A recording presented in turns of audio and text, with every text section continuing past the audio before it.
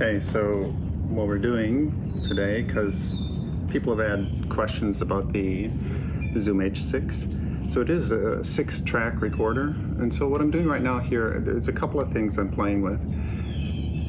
The first is you can be listening to just the iPhone microphone right now, which is what you're doing at this moment. I'm going to play just the iPhone and how that's picking it up. Or you could do the trick that I have, because I'm not wearing a lapel mic or anything, a lav mic at all, even though I have them. But what I'm doing is I'm recording it to my iWatch, Apple Watch. So the variables between moving my hand to and fro at different levels can be adjusted later in post in Davinci Resolve Studio 19. You can also do it in the basic, but the Studio is what I use ever since I got my Blackmagic Pocket 4K back in the day.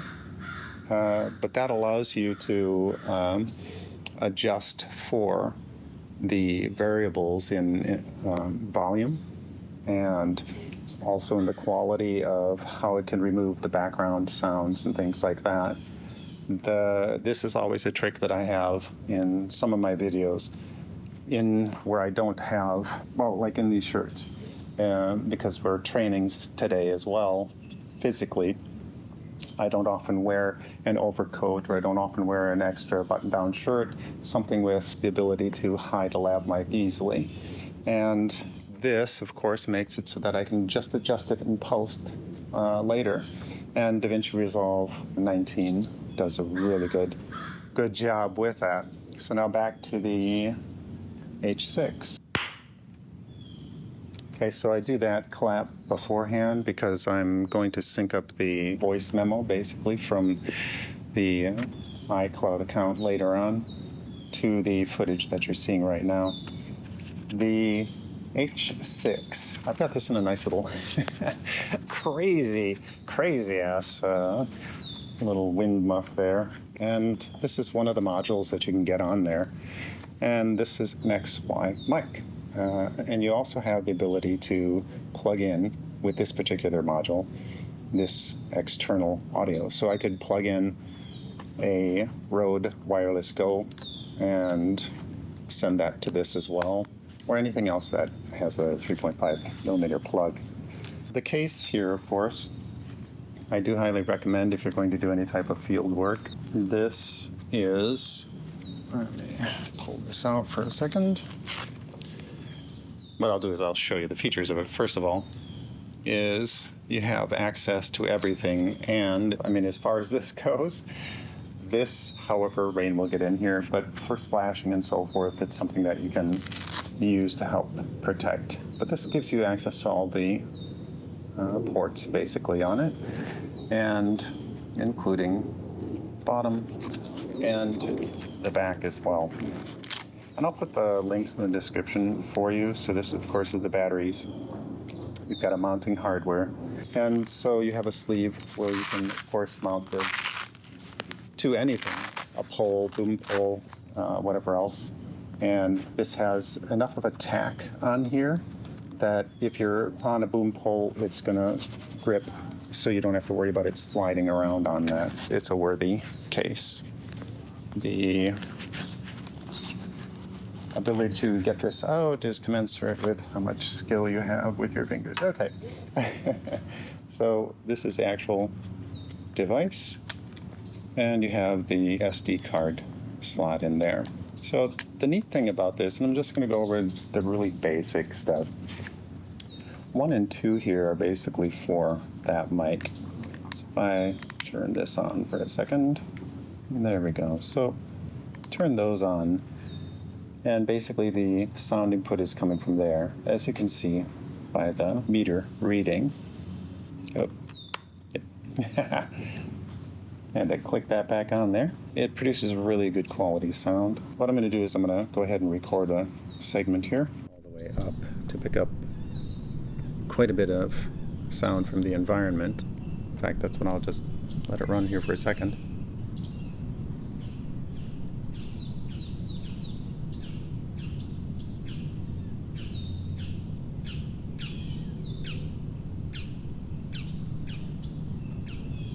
Nice for that bird to give us a little Doppler effect there as it flew away.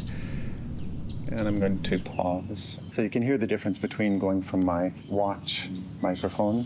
I find it pretty amazing because of the number of times that I've used this actually in recording, like in training and so forth, that it can pick that up as well as it does. It's not the highest quality. Obviously, I do really high-end audio recording and engineering as well. But for this particular use case, and for social media and things like that, you can get away with it. So what this does is it records to 6 tracks of audio. It also has backup files on specific tracks if you want. And so what the backup file does is it records at a lower decibel level. So in case you have something peaking, again, it's 24-bit, it's not 32-bit. If it was 32-bit, I wouldn't have to worry about that. I have a lav mic that records, it's 32-bit. Don't have to worry about setting gain or levels at all. And in this you do. You have to make sure that you're peaking maybe 10 to 12 negative 10 to 12 dB for when you're working with specific talent, so that if you have somebody coming into the microphone and their volume, just by their volume alone, is being too loud, and all of a sudden you get something that spikes too high and basically fries the audio, you have a backup file that you can intercut later on in whatever DAW or video editing program that you have. One of the most capable and across the board useful programs is Davinci Resolve for high-end audio, video, and effects work. Various animals and birds and so forth. Okay, there's a person who was riding a mower, and which is quite loud. If that happens again, I'm going to keep it in the background, and I'm going to show you the difference between what Davinci Resolve can do with my voice and that background noise and separating it. It's actually pretty remarkable for software at this point, which is free. For the studio version, you can actually get that free. It's Davinci Resolve. I think they're on beta 14 right now, or beta 4. They have a standard version that is free all the time. So you can't go wrong. So you have the different types of inputs that you can put in through here as well. This is your standard cable in each one of those. So you can literally run 4 main lines through this. You can run these 2 tracks as a backup track, and pull out. I was working on anticipating a little more wind today, so I brought this, and this is the Rode Blimp, and this helps you tuck things away, so that little thing can make you adjust accordingly. And I can put this on a boom pole. It's got several different types of attachments, and we're going to connect that. Then I'm going to turn it on. So we are on channel 1. That's where it's plugged in. And I'm going to hit channel 1.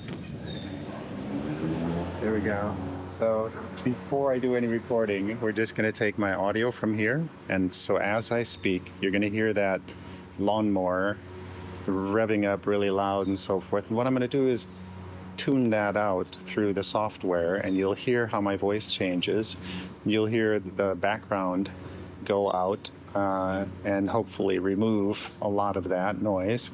So he's taking it away slowly, but you should still be able to hear, and that's why I'm continuing to talk just for talking's sake, so you can hear the separation quality between this watch is audio and what's Davinci Resolve can do with background sound. And so we're going to play with that for a little bit here, and I think he's probably going to go away, I hope, so that we can do the main recording with this mic. Actually, I can do that with this anyway, because on this, we're going to go back. This allows me a lot of variability, so there's a lot to this. They didn't skimp on function, so sliding that back and forth, depending on how you want it to, where you want the placement on that. This is not lightweight, so I'm gonna go ahead and put this on while you click on. There we go. So now this is using the Rode NTG-2, which is tucked away inside there. We've got a really loud lawnmower going on in the background, so you can see how this isolates somewhat if I turn the microphone off to that.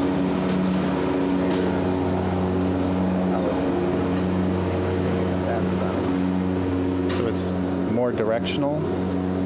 It's not magic. You have to adjust things later on. I'm going to drop this so you can hear my voice now selectively from the background. I'm going to do that two different ways. One is without any suppression with AI in Davinci Resolve, and then of course I'm going to now put in some of the suppression from the AI so you hear my voice through this, recording in the H6, so you hear the tonal quality differences and things like that. And of course we still have the audio from the iPhone if we wanted to, and you can hear the difference right now between, I'm going to cut right now, so the audio from the iPhone itself is going to be picking up what that actually picks up. It's great audio, but it picks up quite a bit. So now we're going to switch back to the NTG-2 microphone, and hopefully I'm not bumping it too much as I speak. So now I'm going to turn this off. Okay, so for just a difference, we've got the lawnmower going like crazy in the background. And this is the Lav Mic. So the F2 Zoom, they have a Bluetooth version, which some people would prefer.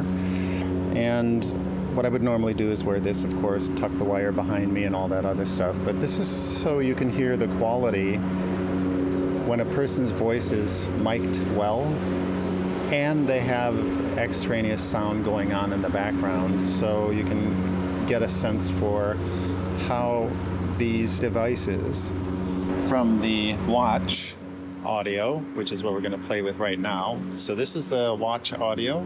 We're going to talk during that while the lawnmower is going on, and then we're going to switch to the iPhone audio, and while that noise is still going on, and you can hear the difference in that. And then you're going to hear from the F2 Zoom mic and hear how that sounds. So there is definitely a difference in the type of microphone that you're using for any particular use case. And so this is a great example of something that might be annoying that you might have to work to recover later on in post. So now I'm going to switch from the Lav Mic so that you hear the quality of that. And then I'm going to turn this microphone on. And so testing 1, 2, 3. Make sure I've got that actually where I want it. Testing 1, 2. Testing 1, 2. Bringing it about there. Testing, testing, testing. Check, check. Sound check 1, 2, 3. So now we have Lav Mic going from here. We have the noise in the background, and when we have the directional, which I could hold at distance. In fact, I'll see if my wonderful assistant can actually aim that microphone at me. So now we're looking at probably what, 2 feet away. So we're looking at a distance of about 2 feet plus. So you can hear as she aims it directly at me. Yeah, you don't have to bring it close. Just aim it to make sure that the head of the microphone actually is pointed to me. So now we're going to listen to specifically my voice at a distance of about 2 feet with a loud lawnmower going on in the background. And so we've got that sound, and I'm going to switch back over to the Lav Mic so you can hear the difference in quality and the difference between a microphone that's really close and a directional mic, the NTG-2, that is held at about 2 feet distance away, usually out of camera range so that people can't see that you're actually holding a microphone. Now that's going to cut out. I'm going to actually keep this going just in case I need to do some backup audio. This microphone by itself, in fact I'll hold it now, so I'll turn that off. Let me tap this on here. This is an absurd representation of where I would actually put the microphone, so I'm still doing backup audio on my watch. I've got backup audio on that.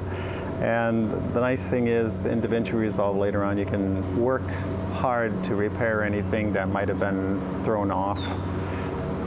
This is for when there's a tremendous amount of wind. It has worked. I've done this in like 40-mile-an-hour wind areas, and you just hear this background rush, but you can still hear the directional voice, basically, when you're aiming it, the directionally tuned voice through this. It does a really excellent job. This blimp is, if you ever are in a position where you need to do that in a high wind environment, or where that certainly is going to be a problem, it's nice to have. So we're taking this apart so you can see this a little bit, what it all entails.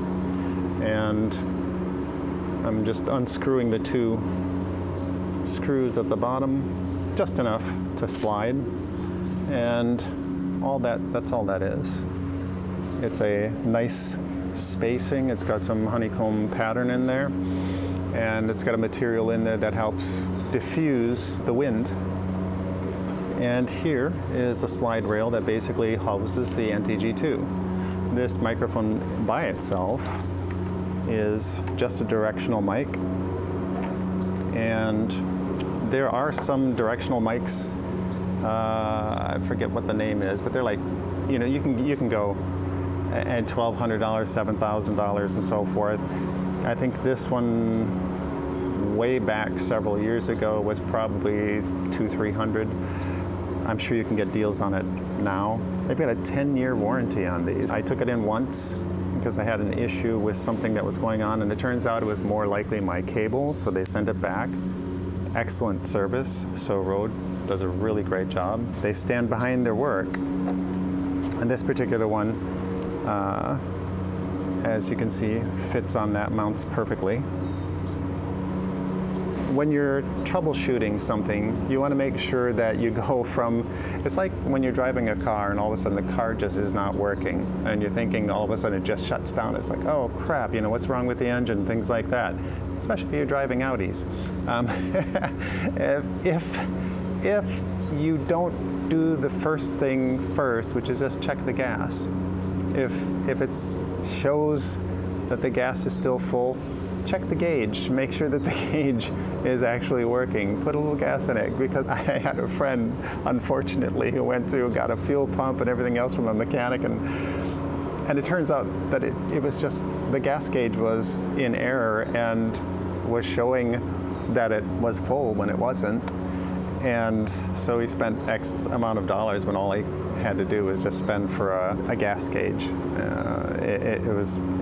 That's something that you want to think of. So when we're talking about audio and so forth, make sure you have high quality cables. It's important because that takes out some of the concern as to when you're troubleshooting what's wrong with my audio and things like that. Go to the cabling first. It's just like when you're doing with hard drives and you have connectors and the hard drive's not working well. Check the cabling, get the highest quality that you can. So I think this is the Mogami, I'm not sure of the actual name, but it was the highest quality that I could get for the time. And I'll put the link, I'll find it, I'll put the link in the description below. But this type of cable, I don't have to worry about it. It's worth getting, and I do a lot of research, a ridiculous amount of research as far as finding quality items for a particular budget that I have, or no budget, and then having to work with that. I'll do this without the blimp on so you can hear the difference in the audio. You're going to hear where the blimp actually attenuates some of the high-end sound. You're going to hear where it's not as crisp. You won't hear all of that with that particular device on. By itself, free like this, you're going to hear all the different qualities of my audio, whether or not I have too much of an S sound and have to take that out, de-essing, or any clicks in the vocalization that I do. The other option is to put just a standard. Okay, so now that windscreen is on, they call it a dead cat or dead wombat, depending on what part of the country you're from or what part of the world you're from. So now this is the sound of my voice I've changed nothing other than that, and maybe, you know, some of the bringing out the background. But I'm wanting to leave it as pure as possible so that you can hear the quality. I'm talking to the microphone as if it's got eyes. But directional voice is important. So if I actually turn, if I'm turning here, you can hear the difference between, and again, I'm just using this one's audio.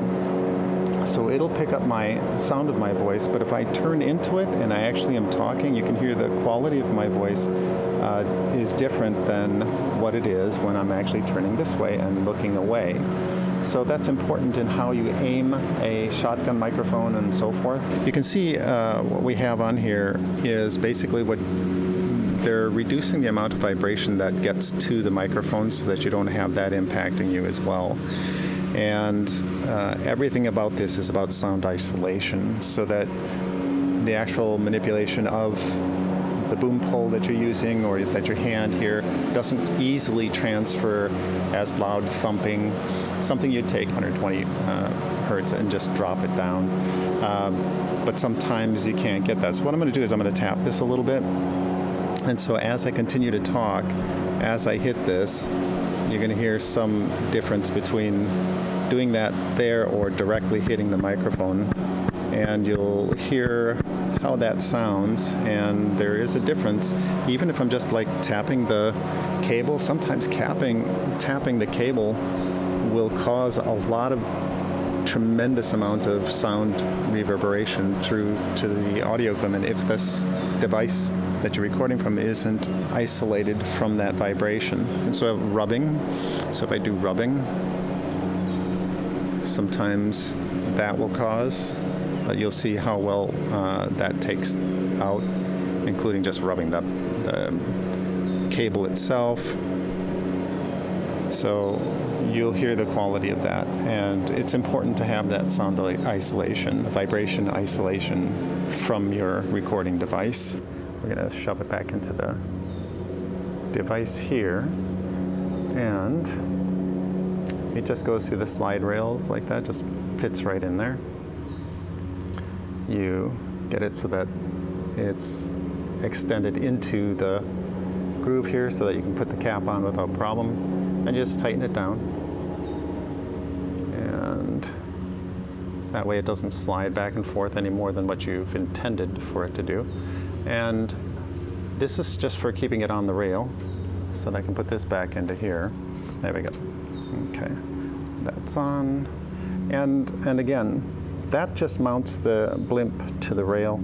This is a separate slide that allows you to move it depending on the weight of it. So sometimes you'll have the microphone itself extended further closer to the edge here, and sometimes you'll have it way back, depending on the conditions and depending on how you need to acquire the audio. So this will help buffer the weight for somebody who has to hold it on a pole for a very long time, and that just then locks into place. And again, this, you can lock this into different positions depending on how you need to hold your device. So I might have to hold it up like this, and that will lock it into a position that's a downward position on a boom pole or whatnot, so you can capture without having to strain yourself. It's a nice quick locking feature. It works really well, and it's something worth playing with. I just wanted to bring that out. It also collapses well, so when you need to store it in a bag, things like that. I'm going to disconnect. And again, treat your cables well, and they will treat you well. This just goes over on top, like a sock that you're pulling over a rather large Yeti foot, and then you just seal that. Works well. That's the device. A worthy investment, especially if you're going to be doing a lot of footage outside or audio recording outside. That's worthy to have, as well as any covering for this type of microphone. So I'll play this as well. So we go left and right, and then turn off the one. Now we're pulling from just these microphones, and you can see the levels here as it goes up and down. And what I'm going to do is just record. So now I can bring this audio in later at a different time. and I'm going to let it run so that you can hear with my voice, picking it up from that angle. And you see that these are directional, so that as I move it around me, you're going to hear the passing across from one channel to the next and so forth. And then I'm going to move that so you can hear the difference in my voice as this is going through. Normally I'll aim it down like this so that it's picking it up, but I'm trying to pick up the environment as well so that you can hear the difference between the sound of my voice from different angles with just the microphone pointed up into the air.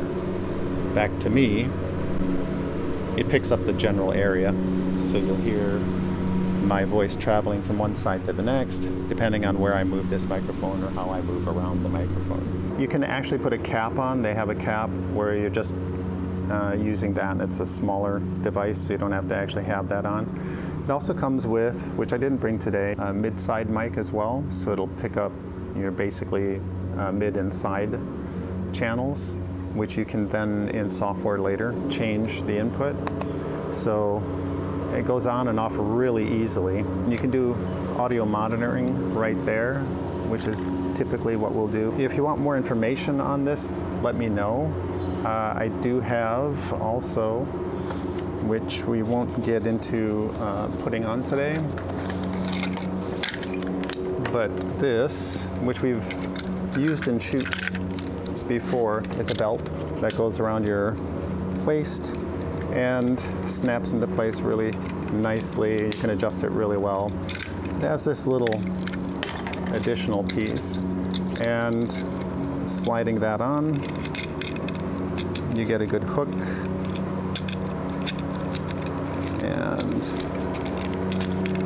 and then you also have this that has the same feature for how you want to hook up your microphone in the back. So this allows you to actually mount this in a variety of angles so that you can actually see what's going on if I needed to adjust levels and so forth. It does have a quick release, there we go. So if you needed to, you could always pull that right out and slide it right back in. So very convenient. We've used this on one of our short films. I'll put that link up there in a little thing. But it's nice and quick, pop it on and off if you need to change out batteries, work on the cables, things like that, and switch it back in. It holds really well.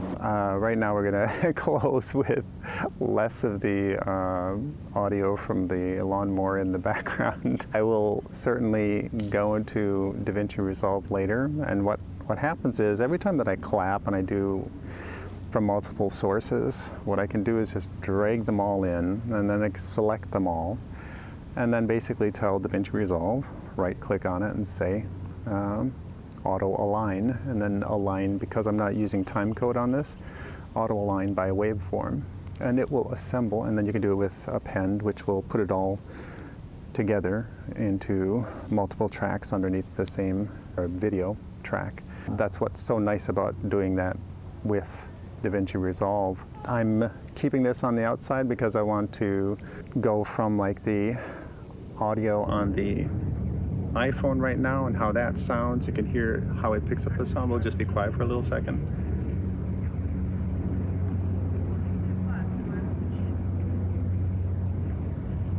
And then we're going to pick up from the Lav Mic on the F2.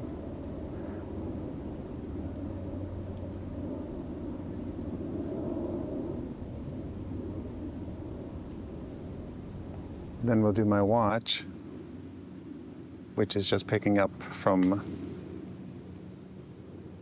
the available sounds.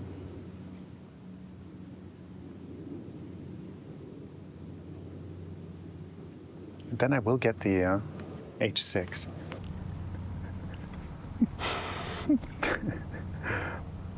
It helps when you're recording to actually press the record button. It's phenomenal how well it works. It works so much better when you do that. So always check your audio sources to make sure that that light is on and it's not in a pause mode. So now we're going to listen to the H6 because we sat for a couple of minutes with no record button going, so. All right.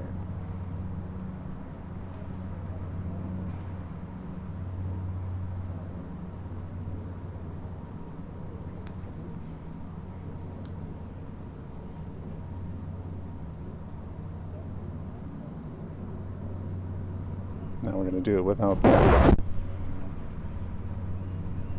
high-end sound dampening.